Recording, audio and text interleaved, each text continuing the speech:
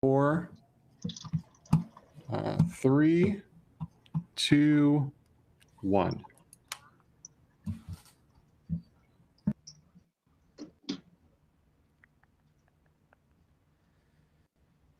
Hello, everyone. My name is Chip Gibbons. I am a member of, I use he, him, his pronouns, and I am a member of the International Committee Steering Committee.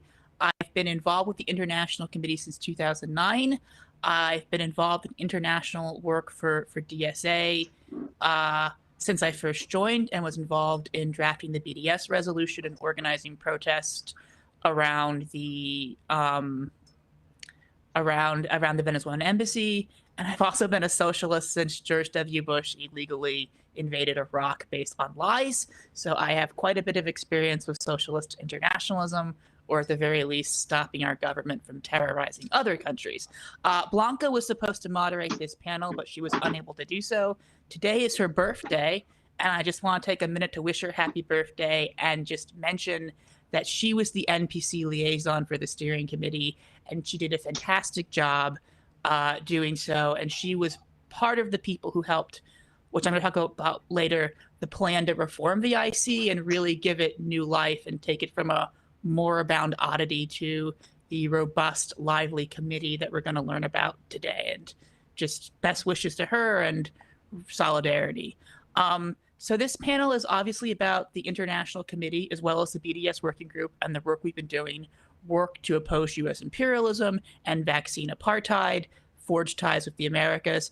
I'm going to let each of our panelists introduce themselves, explaining their name, pronouns, and then you can do your chapter if you want, but more importantly, not that your chapters aren't important, what IC body you're representing today.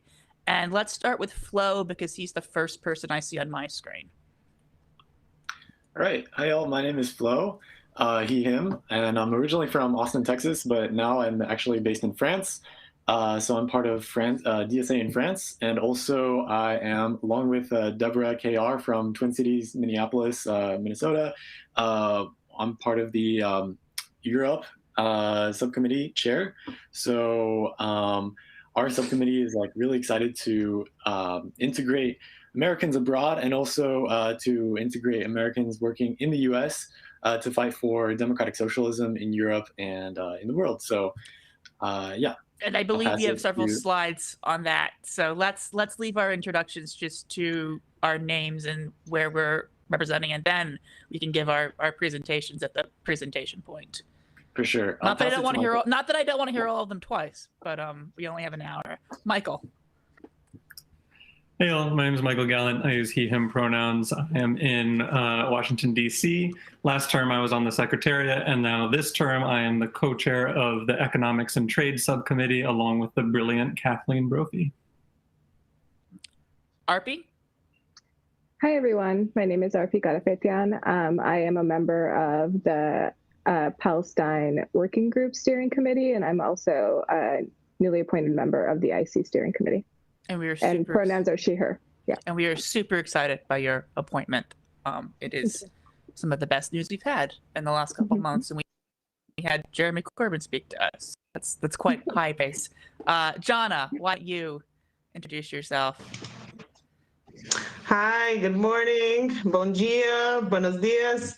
My name is Jana Silverman, she, her, ella pronouns. I'm out of the Metro DC chapter, and I'm very pleased to have been appointed about a month and a half ago, a co-chair of the America subcommittee, together with my wonderful comrade, Tom Wojcik.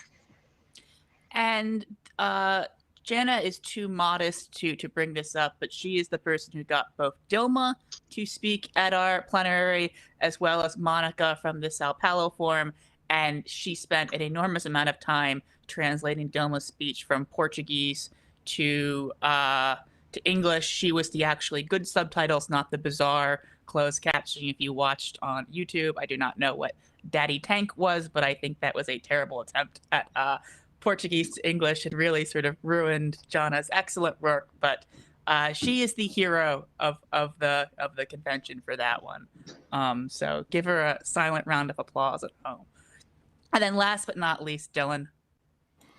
Hi everyone, I'm Dylan Awell Conley. I use he, him pronouns, based in New York City chapter, and I'm starting my second term as one of the co-chairs of the Anti-War Subcommittee, along with Aditi Sen.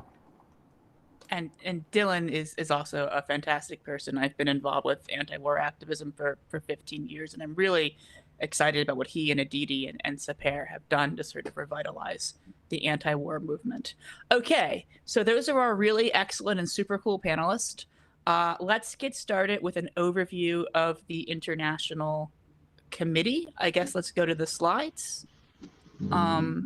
Okay, so International Committee. So there's three. So socialism has always been internationalist in nature. DSA has always been involved in international work. I'm actually going to talk about that a little bit more in the next slide because I found a cool photo. But the DSA International Committee has been around for more than 2 decades. It was officially recognized by the NPC first in 2000 and again in 2015. So it is one of the oldest and longest existing bodies in DSA. The International Committee advises the National Political Committee on international issues. It handles DSA's external diplomacy with foreign political movements, parties, trade unions, etc. And it also oversees the activism we do in this country, whether it's solidarity with Latin American political parties, opposing U.S. support for the brutal Saudi war in Yemen, or things like that. About a year ago, I think many of us know there were a number of concerns with the previous version of the International Committee and how it was functioning, and it had not kept up with the fact that DSA had grown tremendously since Bernie, and there were a lot of questions about how do we do an international committee in a 90,000 person organization. And the IC and 2 of the previous leaders, Ethan Earl and Carrington, put together a fantastic plan that completely revitalized and gave a new birth to the IC. That is the body we now have today, with these wonderful speakers today and the equally wonderful speakers yesterday. And the current IC is divided into 3 main parts. The first part is the Secretariat. These people are currently appointed by the National Political Committee, and they are responsible for DSA's external diplomacy. So meeting with and forging ties with political parties and organizations in other countries, representing DSA abroad, that's their thing. Then there's the Steering Committee, which I am on, and I'm very proud to be on. And that's responsible for international political work inside the United States. The Steering Committee also has oversight responsibilities for the subcommittees. The subcommittees are region and topic specific.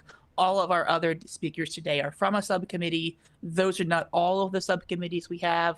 We have one for every geographic region. We have one for a number of topics. So, for example, we have an Americas, an Asian and Oceania committee, a Europe committee, a Middle East and Africa committee, but we also have an Econ and Trade committee and an anti-war committee. So they're both regional and topic specific. In addition to the subcommittees, we currently have a cross-subcommittee China working group to discuss sort of ways of preventing the new Cold War of China, since that involves econ and trade, anti-war, Asia, and that's a very sort of new experiment we're doing. But the subcommittees really are the lifeblood of our revamped International Committee. That's where the activism and organizing is done, and they're all fantastic people. And I mentioned before that the Secretariat and the Steering Committee were appointed by the NPC, and that was done in part because in the past, I'll just be very blunt, while DSA is a multi-tendency organization, there was a perception, rightfully or wrongfully, that certain tendencies had a louder voice on the IC than other tendencies did, and that the current International Committee was set up with respect for diversities of tendencies, gender diversity, racial diversity, diversity of experience. And in all of my 15, 17 years now on the US left, which is a really long time in left years, because they're grueling, I've never seen a body set up with such respect for political diversity and multi-tendency nature. It was really, really phenomenal and heartening to watch. And it's definitely part of our strength as an organization is we're multi-tendency, and it is a strength that we finally have a IC that is structurally multi-tendency. My next slide is off video, did I? Yes.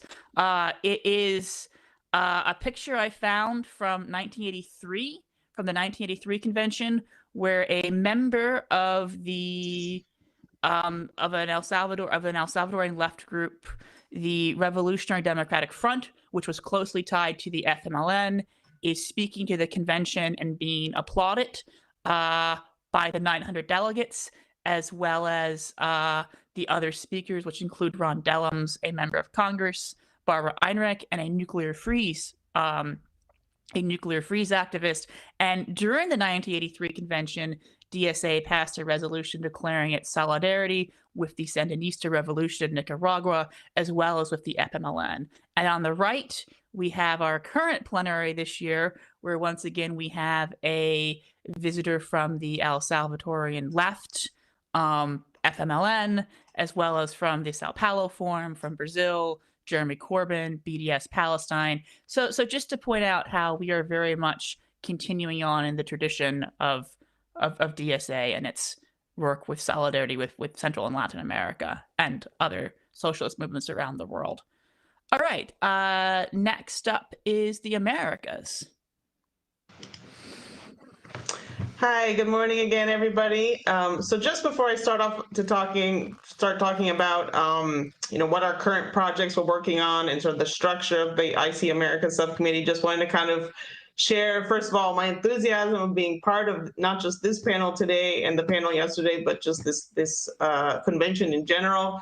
I lived in Latin America for many, many years before moving back to the United States in the middle of the pandemic. And literally the day after I moved back, I joined DSA, because DSA actually has a fame that has transcended borders, or at least it has made its way to Latin America or Brazil, where I used to live. And really was so excited to be able to have joined the IC when it opened up back in, I guess it was October. Really have found this, I think, for myself and others who have lived abroad or currently live abroad, or people who are immigrants or come from immigrant backgrounds. I think many of us have found the IC and the IC subcommittees to be one of our principal organizing homes for those of us who understand that the working class, how socialist solidarity is the only way that we can win change, not just locally, but also globally, and that, charity and sort of international development cooperation is not the way that we're going to be able to dignify the working class around the globe, because we need to address the long-term class power imbalance and not just short-term fixes. So that said, so the IC Americas, as many may imagine, is one of the largest subcommittees. I believe it actually is the largest. We have over 150 members, some of which are still yet to be onboarded. So please, if you have not heard from either me or my co-chair Tom, we will be reaching out soon. We, like echoing what Chip had just said, we are very politically heterogeneous. We always say sort of the thousand blossoms bloom. Policy, if people want to organize with social movements, if people want to organize with mass parties, if people want to organize, with women's movements, we are absolutely open to that. Myself and Tom, as subcommittee co-chairs, very much see our role not as gatekeepers, but very much as facilitators. We want the members of the subcommittee to be as proactive as possible and want to help your project be as successful as possible. So in this initial period, like I said, the subcommittee really started its work back around November of last year. And we've had a big focus on political education, because again, Latin America is a very complex region. There's a lot of different subtleties and a lot of very fluid political developments happening in the region. So we've done a lot of webinars. We've also done a lot of work in producing statements as a way of not statements sometimes when we've been asked, called upon to do so from our partners in Latin America, but also as a way of sort of letting DSA members know about what is going on in specific countries and regions. We've been very active in accompanying specific electoral processes. For example, a few months ago in Ecuador, obviously in Peru, a lot of that accompaniment first has been remote. We've done webinars, we've talked to candidates of left parties who've been running. But now, obviously, with the Peru elections a few months ago, obviously, we're taking this to a new level. We're working with Progressive International to send actually election observation delegations. And we expect that to continue into the future. Another project we've been doing since our sort of new inception has been solidarity funds. For example, a few months ago, beginning of this year, we had a fund for family members of FMLN members who were assassinated. We also have we participate in a campaign to send medical supplies to especially syringes and other equipment for vaccines so that Cuban people in Cuba can be able to actually because Cuba has the vaccine, they produce the vaccine, but they don't have the equipment, so actually people to get the shots. So we've been working on that in a campaign to raise funds for that. And we've also been participating in actual direct mobilization, street actions, many in the majority of cases together with, in solidarity with and in coordination with social movements and political parties in the Global South. I think the two most specific examples of that recently are the Fora Bolsonaro, Stop Bolsonaro protests that have been called since May, together with not just the PT, but a wide range of political parties and movements in Brazil, trying to hold Bolsonaro accountable for the close to 600,000 deaths under COVID and his, in general, neo-fascist policies. We're also coordinating closely with Colombian social movements to denounce the wide-scale police violence that was used against the National General Strike a few months ago. So that's some of the current kind of areas of work we're doing in terms of the types of activities. We are definitely interested in expanding and doing more cross-cutting work around issue areas, migration obviously being a very obvious one. Also we'd love to collaborate more with Econ and Trade subcommittee on looking at sort of the extractivist development models and the sort of the pitfalls and pros and contras and how that's played out in Latin America. Also very interested in building concrete links in solidarity with Latin American labor movements, many of which are have many innovative organizing strategies. An example of that people can still check out on the DSA webpage is a webinar we did at the beginning of this year looking at organizing by domestic workers during the pandemic, comparing the organizing strategies between the United States and Brazil. We're also working very closely in coalition with sort of other broad tent left organizations here in the United States that do solidarity with Latin America. For example, with Brazil, we worked with a group called the U.S. Network for Democracy in Brazil. We work with the National Network on Cuba and also the Black Alliance for Peace with regards to Haiti work. So in terms of some current priority projects, I think we're still in the process of kind of formulating that because we're also constantly sort of observing and analyzing, what is the sort of current state of U.S. foreign policy towards its, backyard neighbor. Unfortunately, as we can all tell, the Biden administration is proving that its foreign policy is not very different from that of its predecessor. We're seeing that the sort of interests, the geopolitical interest to continue this competition with China has sort of overridden and much more the sort of the interest around human rights or environmental Jana, rights. Yeah. We're yeah, one more minute. Okay. Okay, yeah, let me just wrap up. So anyway, so we're definitely looking into prioritizing a national campaign around ending the Cuban embargo. We definitely want chapters to get involved. Again, we're going to continue following the Fora Bolsonaro movement, the election cycle that's going to be happening, the Chilean elections, the Brazilian, Colombian elections. And then just to say that, we really want to be working in closer collaboration with chapters because that's where a lot of the real work happens. And we want to strengthen the real-time relations with our comrades in Latin America so that together we can fight to construct a new vision for Nuestra America, based on working class power, which no longer allows Latin America and the Caribbean to be a playground for US imperialism and the interests of multinational capital. Nuestro norte es el sur. Join us. It's excellent. And if you want to join the IC, we welcome you to do so. There's information on our website about how to do so. I should have mentioned that first. Dylan, you have the floor. All right. Thanks, Chip. Thanks, Jana. So we're going right into our mission statement. I'm one of the co-chairs of the Anti-War Subcommittee, like I mentioned up top. And this we'll just throw up on screen is a mission statement that our members drafted together and ratified this last year. I won't read through it all. I'll kind of just summarize, but I think it came together through this collective effort. It gives us a sense of what our subcommittee focuses on, which is primarily the domestic institutions of U.S. imperialism and the organizing DSA members towards changing foreign policy, U.S. foreign policy.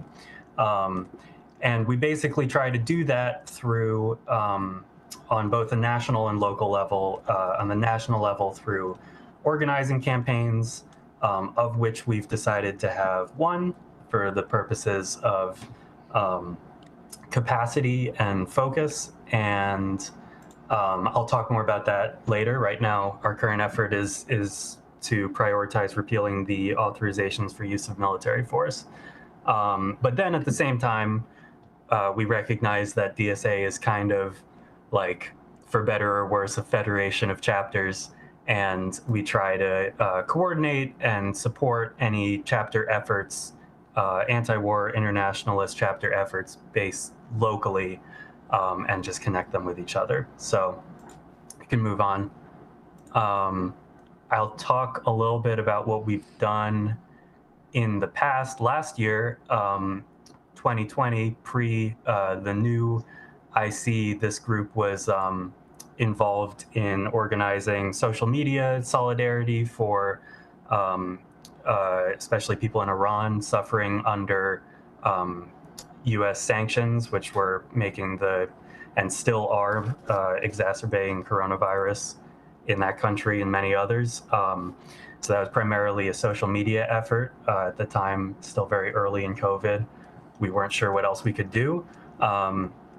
We've since then spent a lot of time on internal organizing, and in January joined a national call that I'll talk more about in a sec for a day of action to end the war on Yemen. And then since June, like I said, we've been focusing on a campaign to repeal the AUMF while talking about and researching the National Security Powers Act, which is related to that, just came out, the Congressional Oversight of Sanctions Act, and just general policy changes around reducing the military budget.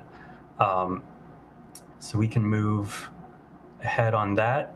I want to spend some time on the Yemen Day of Action, since that was the biggest, maybe public-facing thing we've done so far, and it got a lot of people into the subcommittee. This was on January 25th. It was called for by the Yemeni Alliance Committee, Yemen Relief and Reconstruction Foundation, Action Corps, Stop the War UK, a number of organizations. It ended up with over 300 organizations signed on from 28 different countries. And our subcommittee kind of took the reins on organizing the DSA side of that. So by the end of it, that looked like 9 different DSA chapters contributing in various forms. A lot of chapters held virtual teach-ins, educational events, and then 6 chapters held in-person actions. And I have some photos from that we can go through. I'll try to not spend too much time on it, but these are comrades in Sacramento, some members in Texas organized outside the Lockheed Martin factory that was directly sending weapons to Saudi Arabia. We can keep moving through these. We had DSA members in Chicago, San Francisco, organizing with the Yemeni Alliance Committee there and in New York City. And then, yeah, these are some of the photos from New York City. Then we had, I just wanted to highlight two of the international events that were part of it. A dock workers union supported from Italy, who had previously refused to load weapons that were destined for Saudi Arabia onto their boat. They painted this beautiful mural. And then on the right, you can see the protests that were happening around Yemen on the same day. If you want to go to the next slide, those were like, you know, part of this day of action. It was very extremely cool to be protesting with people of Yemen against the blockade and bombing of their country. So moving along from that, I'll cover just real quick what we try to do as far as chapter development, because, you know, we got in touch with a bunch of different chapters through this, especially the folks from North Texas, who we hadn't been in touch with before that. And we're trying to, you know, foster local anti-war and internationalist working groups where it makes sense. So in that case, the North Texas chapter has since formed a local anti-war working group with the people who organized that action, and we're extremely excited about that, continuing to work with them. And then the Yemen work, while it kind of hasn't picked up again on a national level, is continuing on the local level in areas where we're connected to the Yemeni community, which for the moment is particularly New York City and the Bay Area. There's going to be actually today and tomorrow twin protests in both areas supported by the local anti-war working groups, honoring the 3rd year anniversary of the school bus bombing, where Saudi Arabia dropped a Lockheed Martin precision-guided bomb on a school bus, killing 40 children. So the last thing I'll touch on, if I just have another minute, is our current minute. Okay, our current work is to repeal the AUMF. You can go to the next slide. We have a statement out from the International Committee, kind of covering it, the importance of repealing both the 2001 and 2002 authorizations of use of military force and the broader effort to end the global war on terror. The main goals of this, like I said, are repealing those and opposing any legislation that might replace them. While it's pretty mainstream you can keep going through the slides, to repeal them, there's a lot of like bad alternatives being suggested. So our main strategy is to, you know, identify swingable reps, work with our membership around the country, escalate from calling campaigns to putting op-eds to public actions, getting more confrontational as necessary. We're still developing different points of the strategy in different parts of the country. So it would be really great if you're interested in this kind of thing, if you want to support while this is still, you know, getting some mainstream traction. It seems like the 2002 AUMF might be repealed within the next month, possibly before the NDAA is voted on. They're almost at the 60 senator threshold to overcome the filibuster. So yeah, if you're interested in that, please get involved. The next slide has a bunch of calls to action that I'm sure you'll hear over and over again on this call. But you know, you can email us, myself, Aditi, and the liaisons for the subcommittee, and you can please join the IC and organize your chapter and let us know about it. Excellent. Thank you for that, Dylan. And now we're going to Arpi, who's going to talk about Palestine and boycotts, investments, and sanctions. Hi, everyone. Thank you so much. It's amazing to be on this panel with all of these great speakers and this exciting work that the IC is doing. So I'm going to talk a little bit about the BDS and Palestine Working Group, which is a separate body that was created in 2019 through a resolution at convention that Chip sort of alluded to earlier. Currently, we have 150 members across roughly 70 chapters, and we're continuing to grow. Now, just a quick note in terms of how we work with the IC. So this year we've decided to sort of strengthen our ties with the International Committee, which is why I'm going to be on the steering for the International Committee and for the Palestine Working Group, so that we can make sure that we're collaborating together, and that the Palestine Working Group in particular is collaborating with the Middle East and Africa subgroup. So our goals of the Palestine Working Group are, one of our primary goals is to educate DSA members on boycott, divestment, and sanctions. We want to make sure that people in our organization understand the movement. We also want to make sure that they're able to respond to criticism that they will undoubtedly get about the movement. We also want to work in coalition with our movement partners, and I'll talk a little bit more about that later. And then finally, we want to mobilize DSA members to organize BDS actions. DSA is a massive organization with tons of members who can be mobilized, and so we think that's one of DSA's strengths. So just to the first point about the education piece, I want to announce that we're doing a Bds Summer School, which we're really excited about. The goal of this is to create a space for education, conversation, mobilization around Palestinian solidarity with a focus on BDS and socialism. It'll start on August 21st, and you can see a really cool little GIF there. It's going to be 5 sessions from August 21st to September 25th. There's a bit.ly link. You can also find the link on our website. By the end of this summer school, we're hoping that the people who participate will have a basic history of Palestine liberation. They'll understand the struggle and demands of the boycott, divestment, become more connected to Palestinian liberation movements, and the role of labor in our working places in the BDS movement. So these are some of the general goals of the BDS Summer School. In addition to the education piece, so the BDS Summer School is one example of that. We've also been doing webinars, but we also want to make sure that we work in coalition with Palestinian-led and Arab-led organizations. As neither a Palestinian or Arab-led organization, we don't feel like it's our position, it's our responsibility to lead the work on Palestine, but we want to be able to plug in and be supportive where possible. So we're currently in a Invest in Justice coalition with the organizations listed on this slide, including the $1 Justice Project, Eyewitness Palestine, and so on.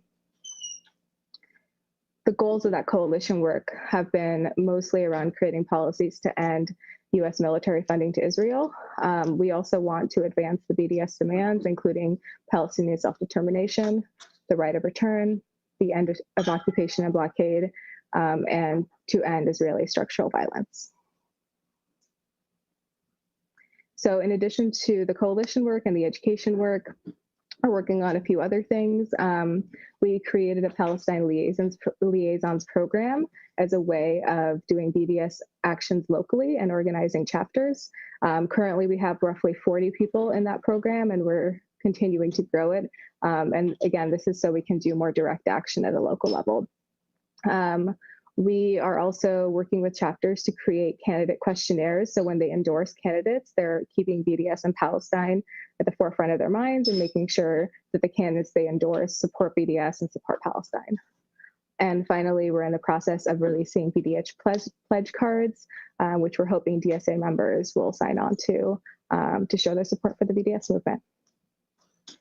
And if you want to connect with us, there's our Twitter. It's also a working group, and we created a really, really great resource library on our website, and there's the link, so you should check that out.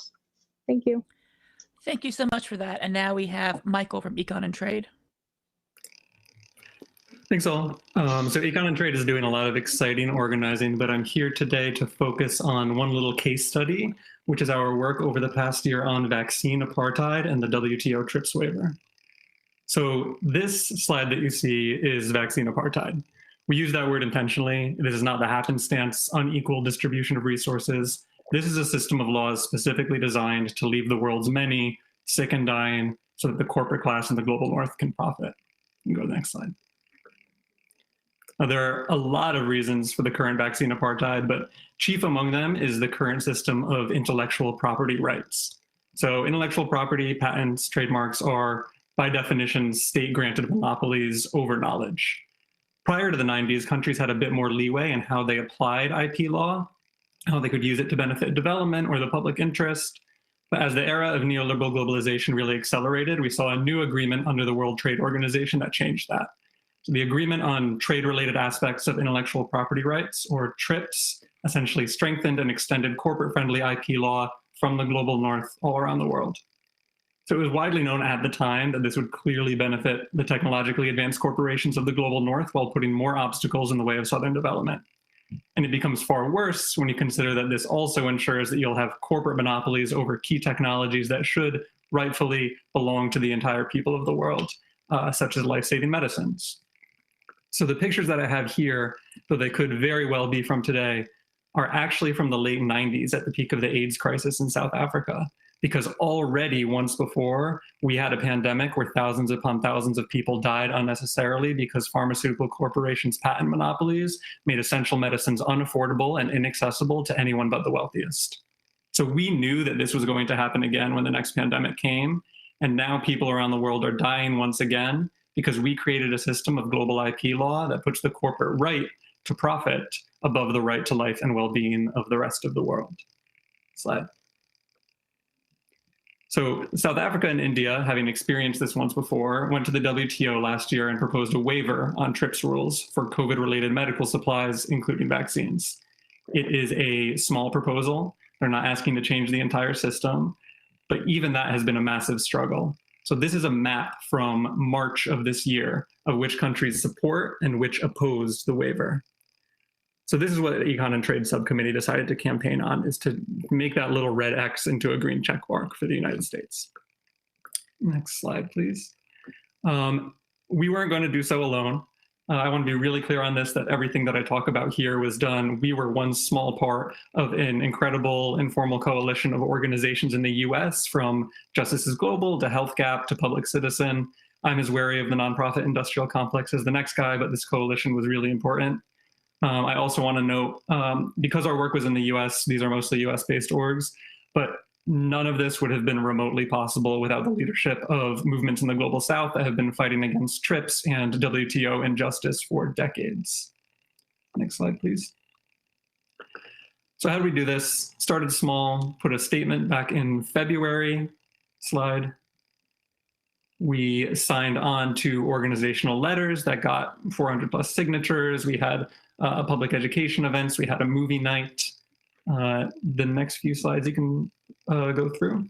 So we joined in on demonstrations around the country also, with local chapters like Boston, New York, and DC. In this case, we as a small subcommittee on the IC only helped to play a facilitator role. So we connected event organizers with local DSA chapters who were then able to do the planning on their own on the ground where they were. Next slide, please. The previous, actually, organizing by chapter. Thank you. This, though, is where we really stepped in. So we learned from the coalition partners who were working on the inside that the Biden administration was on the fence on this issue and was particularly susceptible to whether or not they would look out of touch with the Democratic caucus. It's not the most exciting theory of change, but the idea was that if we got enough Democrats to publicly support the waiver in conjunction with the rest of this grassroots action, then we could swing Biden. So what we as a subcommittee did is help facilitate that pressure. We made organizing toolkits, draft statements, draft letters, and a whip list, so where members of Congress stood on this issue. And we started reaching out to DSA chapters around the country in strategic districts. Some chapters never responded, some did a bit, but some really took up the cause and dug in, and we're so appreciative to them. Shout out Boston, DC, and many more. And they used our resources to send chapter letters to their members of Congress, to make phone calls, to meet with their members of Congress and pressure them however they could. While this was, again, a coalition effort, there were even some days where, like, the very day after a DSA chapter made contact with their member of Congress, that member signed on and publicly endorsed the waiver. So eventually, as you can see here, we overall got enough members of Congress to publicly support the waiver that we reached a majority of Democrats in Congress. And just a few days after that, slide please, we won. Partial victory, I'll talk about that in a second, but Biden announced his support for the TRIPS waiver, making the US an official supporter.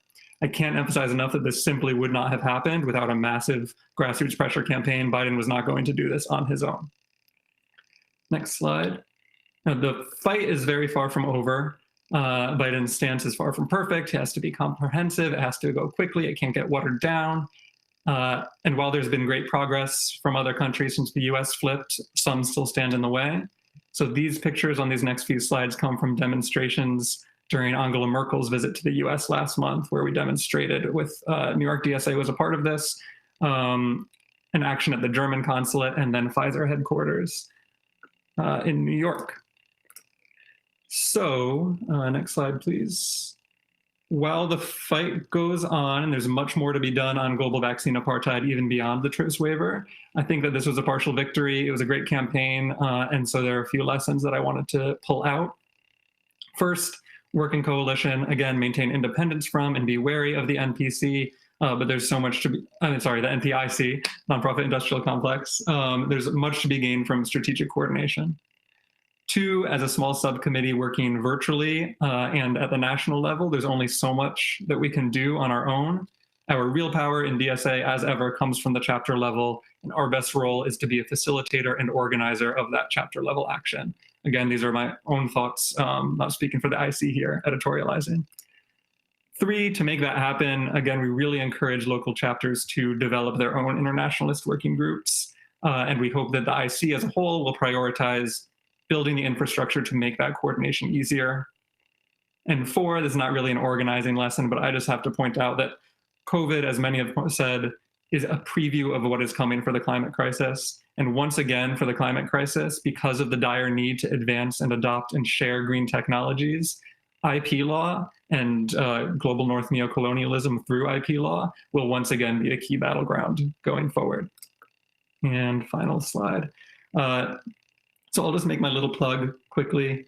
Econ and Trade Subcommittee does a lot of critical work.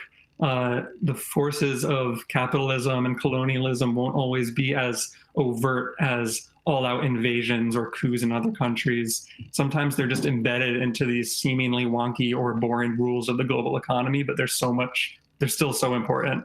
So if you're interested in helping to finish the TRIPS fight, to support the Global South economic recovery from the pandemic, ending IMF austerity, canceling Global South debt, enacting a global Green New Deal. We had a statement we're really proud of talking about our vision for a global Green New Deal, and we have a project team to work on that. And otherwise dismantling the neocolonial, neoliberal global economic system and building a new one to put people and planet first, please join us. Feel free to contact me, my wonderful co-chair, Kathleen Brophy, at any time. Thank you. Hi all, before we start, I just want to say big thanks to all the convention organizers and all the delegates who spent their week debating awesome resolutions and pursuing activism online. Also, thank you to our IC speakers here on this panel who have been talking about how you can get involved with the IC. And just to plug our subcommittee in IC Europe, if you're interested, feel free to reach out to us and see how you can get more involved with all the subcommittees here that are doing great work. So once again, my name is Flo. I'm in France right now, and I co-chair the Europe subcommittee with Deborah from Minneapolis, Minnesota. Next slide.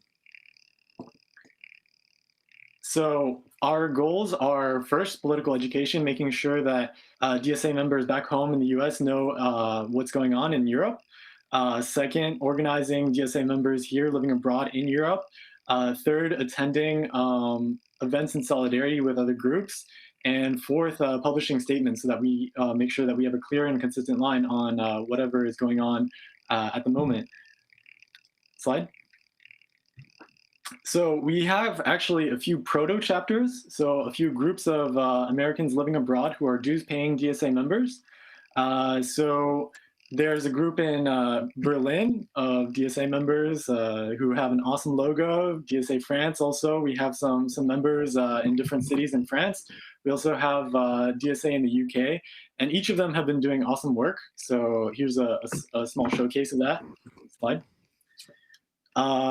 We also have some independent members who are not yet in proto chapter groups. So we have some members that we know of in Spain, Netherlands, Estonia, and Serbia. So if you are living abroad and you're currently watching this, or you're inspired by some of this activism, feel free to contact us through the subcommittees. Slide. So some of the activism that we've been doing has been political education, especially because it helps us stay up to date on what is going on in other countries, and also to build coalitions with other groups that we reach out to. So we did this panel on France's new policing and surveillance law called Loi Sécurité Globale. And we invited a whole coalition of different left-wing groups from France, including the Parti de Gauche, members of DSA in France, France Insoumise Canada in the US, and the French Communist Party International branch. Slide. So this helps us to build coalitions and also to have quality education. So we also were able to invite high-profile speakers, including a member of the French Parliament, Daniel Obono, to talk to us about different perspectives on race and politics in France, and also American authors to have that transatlantic dialogue. Slide. We even did some political education where we talked to a group in Turkey, and it was like a very high quality political education event where we had scholars specifically on modern politics in Turkey talk to us about like what is going on and how we can defeat Erdogan. Slide. And one of our capstone political education events was the European left at a crossroads, where our current panelist Chip was able to chair this amazing panel with great scholars, including Tariq Ali, who's a famous scholar in England, and Claire Dolly, who's a member of the European Parliament in Ireland. Slide. We also do solidarity events, so street events where we show international solidarity. This is on May 1st, so we have members of DSA in France participating in these massive rallies for workers' rights. Slide. Here's a little bit more of that, and we can even see that because Paris is like a very large city, you have like all these different movements, including MAS from Bolivia. Slide. So we did some pro-Palestine solidarity rallies. Slide. Even more of that. And we also made contact with some French political movements, including this one called Le Parti de Gauche, which is very similar to us, and we've done statements with them in the past. Slide. So it's great to show solidarity with other movements that share the similar political values to us. Slide. Similarly, we also do some more local activism. Slide. And stuff that doesn't even affect Europe in particular, but stuff that is very important to our political line across the world. So we showed solidarity with the Brazilian left against Bolsonaro recently. Slide. And here's some of what the UK has been doing. In DSA in the UK, during COVID, they held social events which gathered like what they consider a proto-chapter. So it's a great way to keep American expats involved after, especially a lot of these groups came out of the Bernie 2020 campaigns.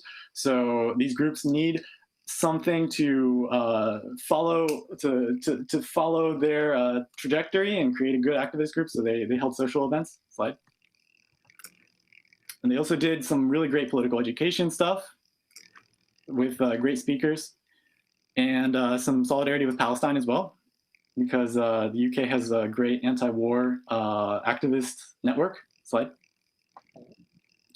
Also in DSA in Berlin, we had some Americans who were collecting signatures with the Deutsche Wohnen Koenteigen fight, which is basically to stop big real estate from dominating Berlin. And so this is a campaign to actually expropriate properties that are supposed to belong to the people, because honestly, big real estate in Berlin is just really terrible and raising rents on everyone.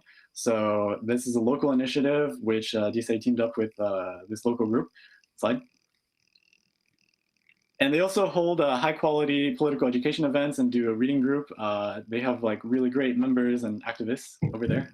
Slide. And yeah, so they also like do some in-person events when they're not confined due to COVID. And this is an event in Berlin where folks gathered together. It's actually a pretty sizable group, almost like a proto-chapter. Slide. You also have like some independent media getting started up by DSA members abroad, so that we have a left-wing perspective in English for folks to listen to and to read. Because sometimes, oftentimes in the US, we think that Europe is some social democratic paradise where everyone has healthcare and everyone is doing great. But actually, that's not necessarily the case all the time. So you have some DSA members doing some great critical media stuff. Slide. And we're also trying to attend some international conferences in the future in Europe. So there's Die Linke, which is having its international summer camp in about a month. Slide. And La France Insoumise and Révolte Camp, which is like some left-wing ecologists and left-wing eco-socialist European groups that are holding massive conferences of thousands of people where we have been, we have been invited to one and that we will just attend.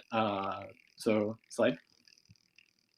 It's a great way to build contacts and networks, but also we've been pushing out some statements. Some of our recent statements have been to say no to NATO and to make the official DSA line to leave NATO, and also showing solidarity with groups abroad. So solidarity with groups in Palestine that are doing activism in France. And slide. Also condemning repression of civil liberties in Europe. Slide. And endorsing Jeremy Corbyn in 2019. So that's all for this subcommittee. If you're interested, feel free to join a subcommittee. And yeah, once again, thank you to all the convention organizers. It's been an awesome convention, and I hope that everyone has enjoyed learning a little bit about what we're doing in Europe. Yes, and if you would like to join any of these subcommissions, the SC is an open body. You can submit an application by December the 15th, I believe.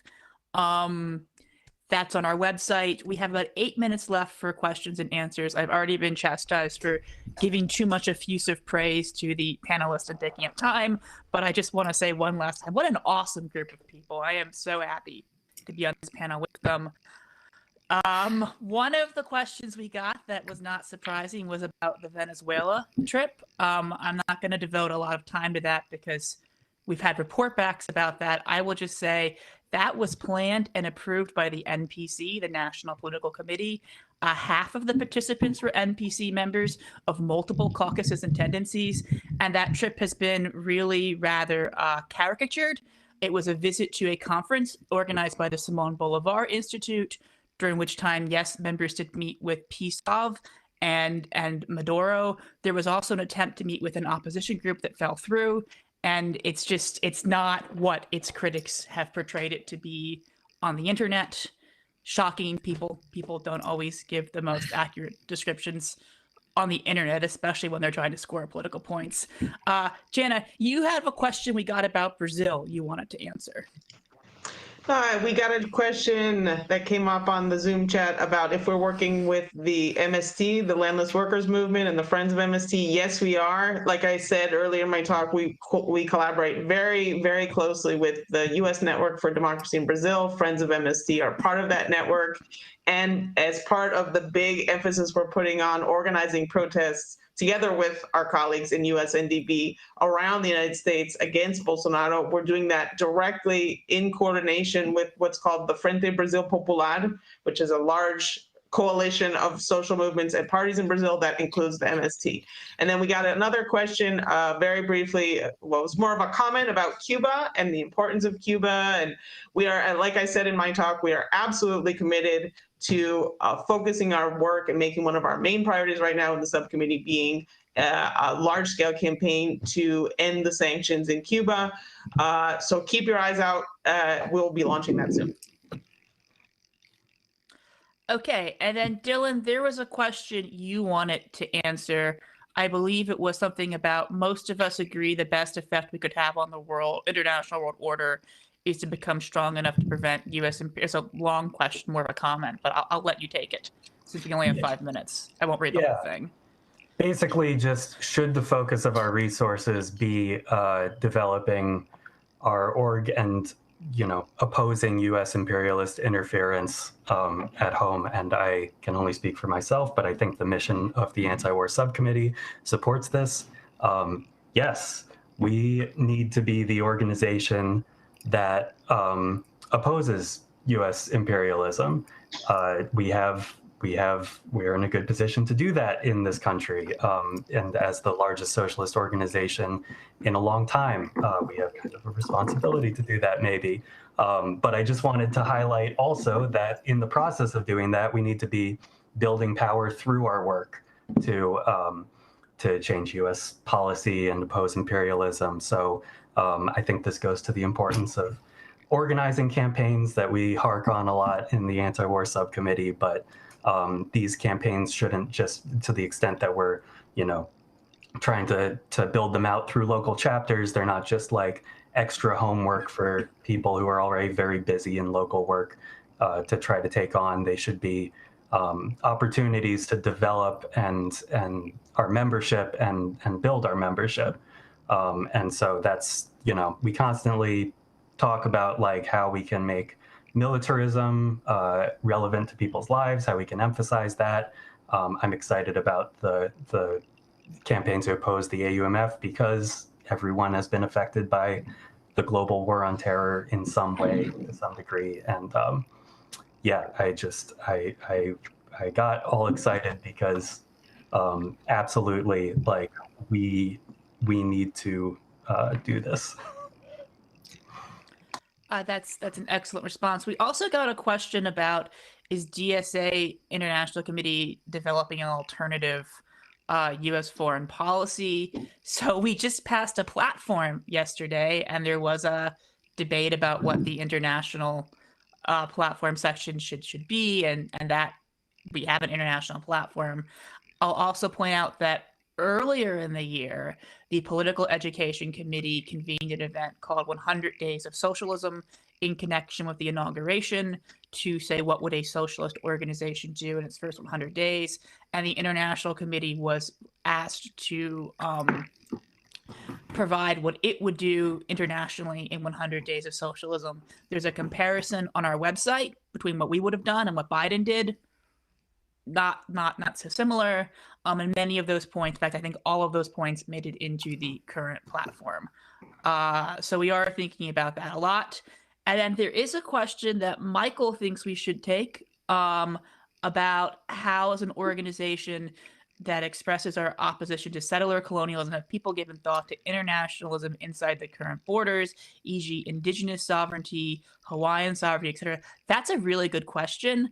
I know after the decolonization resolution was passed in 2019, we did put out a statement, and I do believe there was supposed to be a decolonization working group separate from the IC, but I cannot tell you what the status of that is. Does anyone else want to take that question who has maybe thought more about this than I have?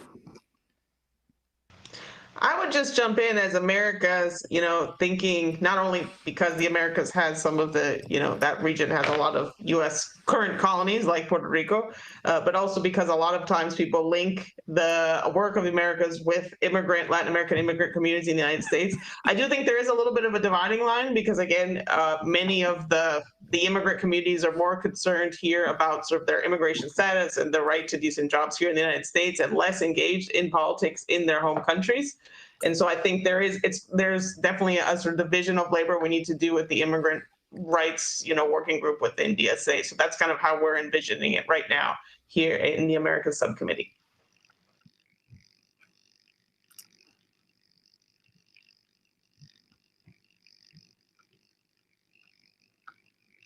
Oh.